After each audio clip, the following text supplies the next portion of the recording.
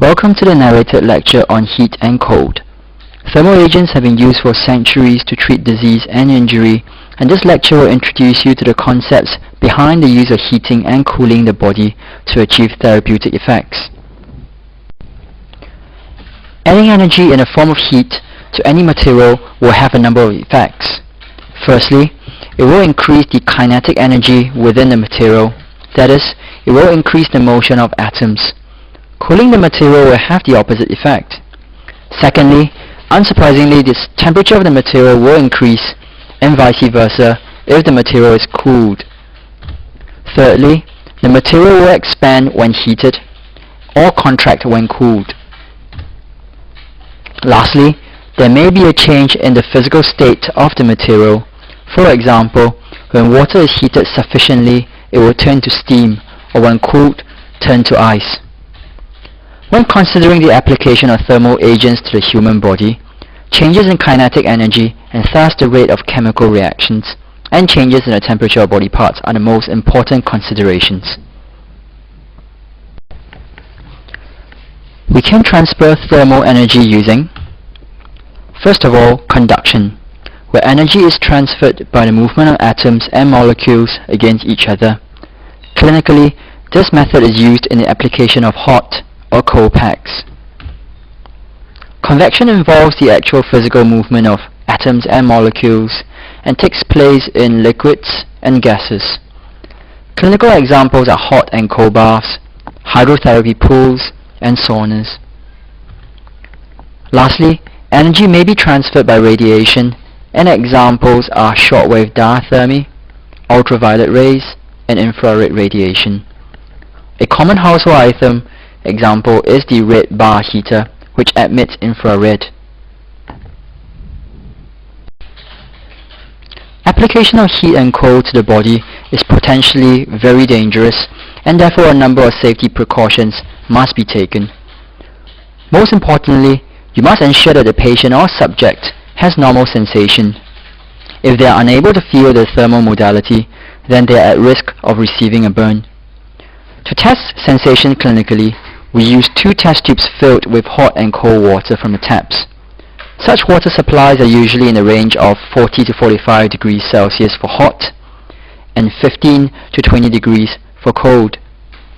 The test tubes should be dry before applying them to the skin. The patient is then asked to close their eyes, and the therapist randomly applies the test tubes to the area to be treated, asking the subject each time to identify which is cold and which is hot. The subject should be able to correctly distinguish between the two. Repeat the process until you are sure that you have correctly determined their ability or inability to do so. I would now like us to consider the therapeutic application of heat to the body. Heat has a range of therapeutic effects. Firstly, it has been shown to reduce pain. This may be via a range of mechanisms, including the gate control theory, whereby the sensation of warmth takes precedence over nociceptive impulses in the dorsal horn of the spinal cord. Decreases in muscle spasm may allow metabolites to be washed out of the tissues. Heat has also been reported to have a sedative effect or to act as a counter-irritant. Counter-irritation describes the use of an intensive form of sensory stimulation to excite areas of the brain capable of reducing pain, either directly through neural links with the spinal cord or indirectly through the release of endorphins and enkephalins. The endorphins and enkephalins are the body's own painkillers. This mechanism is often known as a descending pain suppression system, or DPSS. Heat has been reported to reduce muscle tone and muscle spasms as well. Although small increases in strength have been noted with small increases in temperature, higher temperatures seem to reduce muscle strength. In the later stages of the healing process, heat has been used to aid healing. It should be noted that heating during the acute stage of healing is contraindicated, as it may exacerbate inflammation. Heat will also increase the blood flow.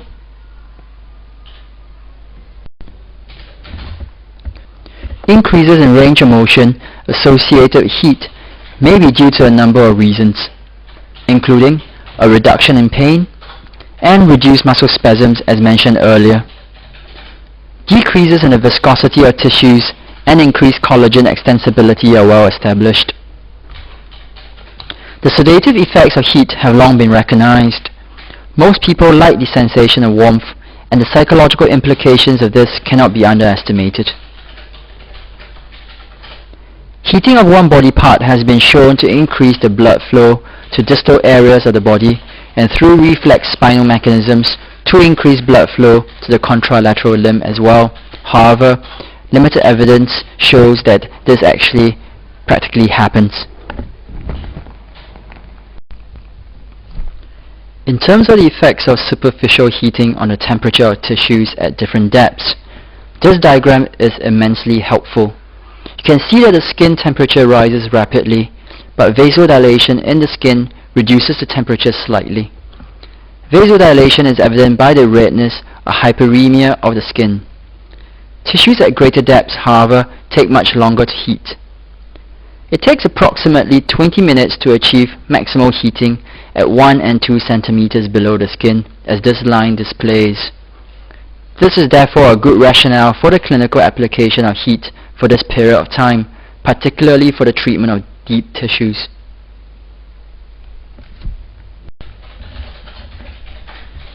Heat is applied therapeutically in a range of different ways. Hot packs are perhaps the most common method, and there are many commercial packs available, such as those containing wheat that are heated in a microwave oven. Clinically, moist hot packs are most common. The packs are made of canvas and contain mud. These are stored in hot water, which is absorbed by the mud and released slowly. The packs must be wrapped in towel covers to prevent hot water being applied directly to the skin. Too many layers of toweling between the hot pack and the skin, however, and the treatment will be ineffective. Once applied to the body, it takes about 8 minutes for the skin temperature to reach its maximum temperature, and one pack will give approximately about 20 to 30 minutes of treatment.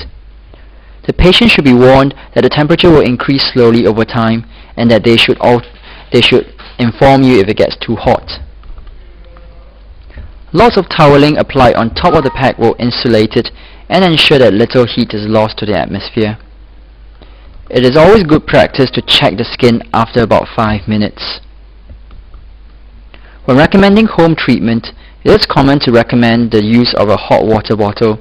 Again, it must always be wrapped in toweling to prevent burning from occurring.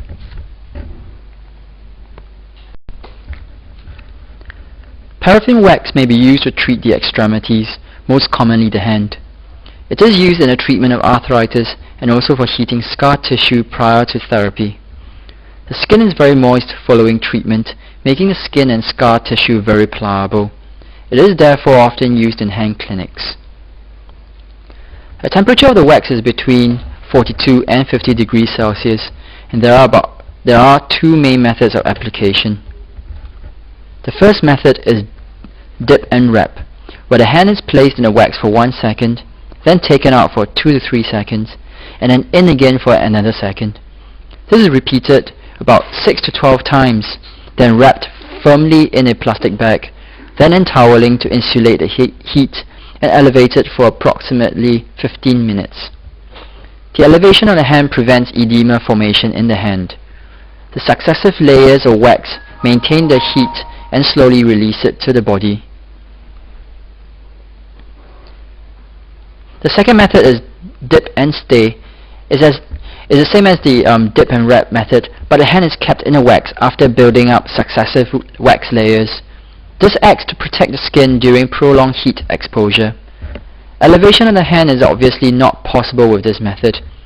When using wax, you should ensure that there are no open wounds and that the part to be treated is clean. Hydrotherapy pools available in many major hospitals and rehabilitation clinics are a good form of heat application in addition to other benefits. The water temperature is recommended to be usually between 36 and 41 degrees Celsius.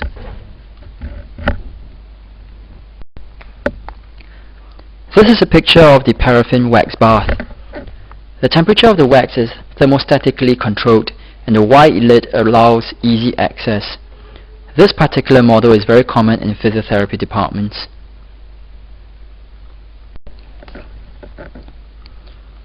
Contrast baths involve the alternate use of both heat and cold. This produces intense sensory stimulation and has been reported to reduce pain and swelling. The precise mechanisms of action are unclear, but probably involve the pain gate and alternate vasoconstriction and vasodilation, respectively. Anecdotally, I found that this technique useful for mobilizing thick, indurated swelling, particularly in the ankle. It is, however, quite uncomfortable, and so you must select patients carefully if you wish to try this technique. 2 baths of water are prepared, one at 40 to 45 degrees Celsius and the other at about 15 to 20 degrees Celsius. Starting in the hot bath, the patient moves alternately from hot to cold with 3 to 4 minutes in the hot and 1 minute in the cold bath. This is repeated for 10 to 25 minutes in total. The contraindications to heat are as follows. Lack of dermal sensitivity obviously places the patient at risk of a burn. Impaired circulation will again place patients at risk of burning, as the circulation will not be able to remove heat from the area. Patients with diabetes are particularly at risk. For recent bleeding or hemorrhage, an increase in blood flow to the area may disrupt recently formed blood clots and thus affect the healing process. Devitalized skin, for example, after deep X-ray treatment, may have impaired blood flow and sensation. In open wounds, the deep dermal layers have less innervation and are also not insulated by the skin and fat. The tissue may therefore be more easily damaged by excessive heat. It is also easy to introduce infection. Skin conditions, for example, skin carcinoma, acute dermatitis, may be exacerbated by the heat. If a patient has cardiovascular impairment, large changes in hemodynamics may place undue strain on the cardiovascular system as well. This is particularly important for treatment of large areas, such as during hydrotherapy. Damaged or infected tissues may again have impaired sensation and blood flow, placing them at greater risk of a burn. Infection may spread via increased circulation.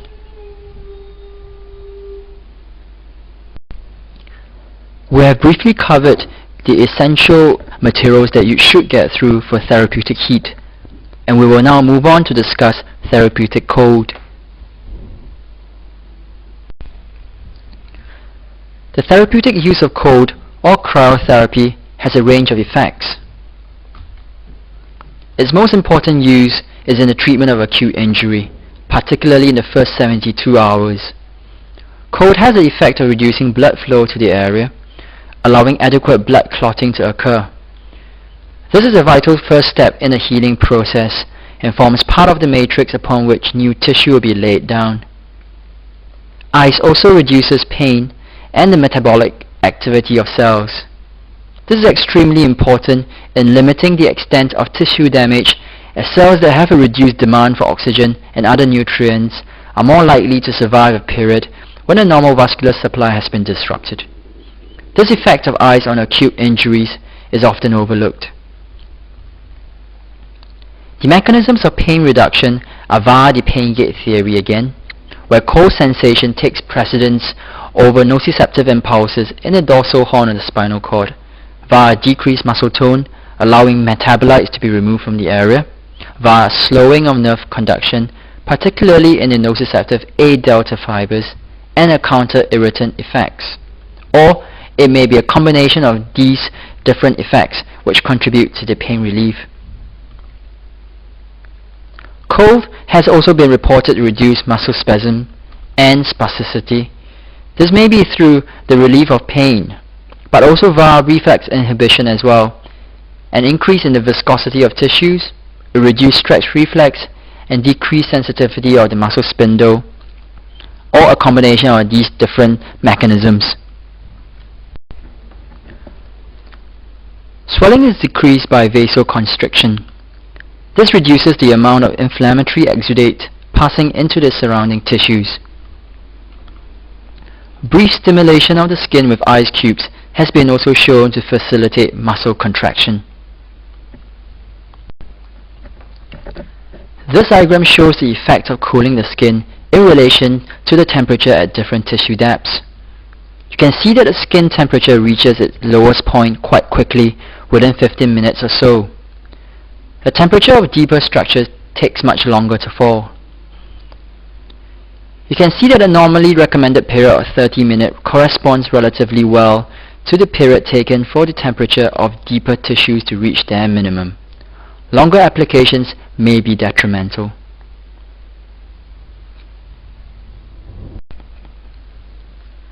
Ice may be applied therapeutically in a range of different ways.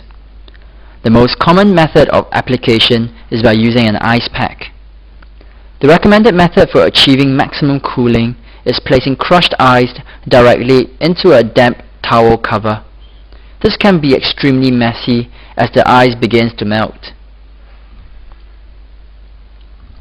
An alternative is therefore to place the ice in a plastic bag, being careful to remove the air. This is placed within a damp towel and applied to the skin. The ice can be molded to the area. It is vital that the towel is evenly damp, otherwise it will simply insulate the skin and prevent adequate cooling. The bag may be applied directly to the skin if the patient will tolerate this, and a little oil on the skin in addition to the plastic bag can act as a protective layer, although this is not commonly practiced. It is again good practice to check the condition of the skin after 5 minutes. The Association of Chartered Physios in Sports Medicine guidelines for the management of acute soft tissue injury recommend that the ice pack is applied for about 20 to 30 minutes every 2 hours. For home treatment, it is often recommended that patients use a bag of frozen peas, and this is especially effective. The patient must be warned to clearly mark the bag so that the contents are not consumed after being frozen and unfrozen on a number of occasions, and to throw it away after they are finished with it. There are also many commercial gel packs available that are cooled in the freezer compartment.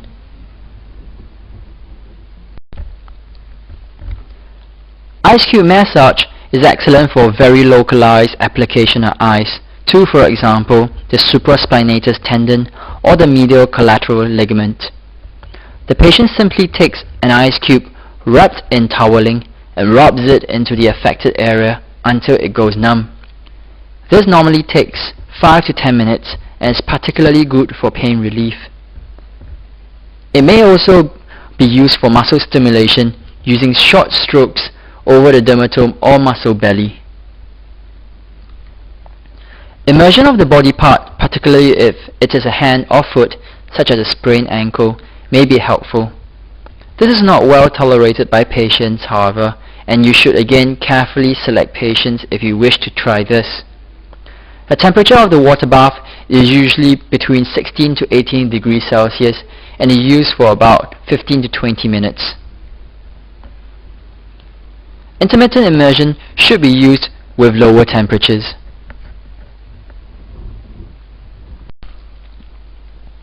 Contraindications to cold include arteriosclerosis, where further vasoconstriction may lead to occlusion; peripheral vascular disease, where again further vasoconstriction may lead to ischemia; vasospasms, for example in Raynaud's disease.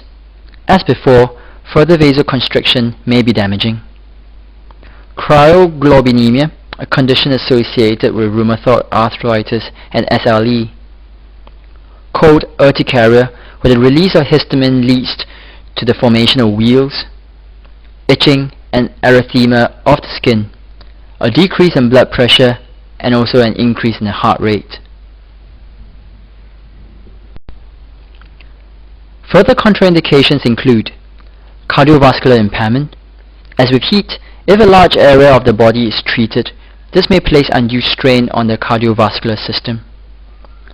Lack of thermal sensitivity may place the patient at risk of an ice burn. skin hypersensitivity may make the treatment intolerable. It is important to realize that many people have a very strong dislike of cold. The sensation is a very complex one, and many patients simply will not tolerate the application of cold. It is therefore advisable to always consult the patient on the treatment plan before you apply cold as a treatment. Heat and cold have been used for centuries and remain very powerful modalities at the disposal of the physiotherapist. The ability of patients to treat themselves at home with heat and cold is an extremely important advantage and should be made full use in your treatment regimen. The directed reading detail in your handbooks will direct you towards important research evidence for the physiological and therapeutic effects of heat and cold. Importantly, for the rest of this module, many other modalities claim to heat the tissues and thus derive some of the effects through similar mechanisms. Create your very own video podcast from PowerPoint. Log on to authorstream.com. It's absolutely free.